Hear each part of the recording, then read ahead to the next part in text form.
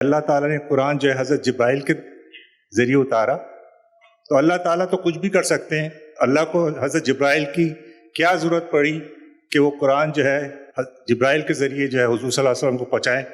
کیا یہ اللہ تعالیٰ ڈائریکٹلی ان کے دل میں نہیں اتار سکتے تھے؟ رسول اللہ کی رعایت کی ہے۔ اللہ تعالیٰ تو ہر چیز پہ قدرت رکھتے ہیں، ہم بندے بہت عاجز ہیں۔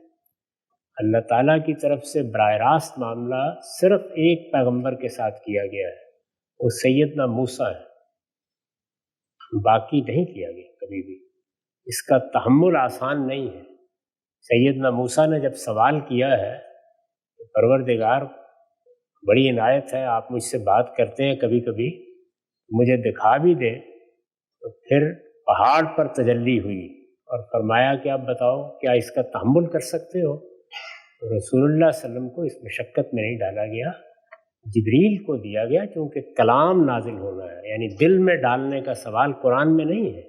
وہاں تو باقاعدہ الفاظ میں ایک بات سنی جانی ہے اور اس کو حضور نے سن کے یاد کرنا ہے، تو اس میں آپ کی سہولت کے لیے ایک شفیق معلم کو بھیجا گیا جو خود اللہ کی ایک مخلوق ہے، تاکہ مناسبت رہے، قرب رہے۔ اللہ تعالیٰ کی آواز اور اللہ کے کلام کا تحمل ہر انسان ہر موقع پر نہیں کر سکتا۔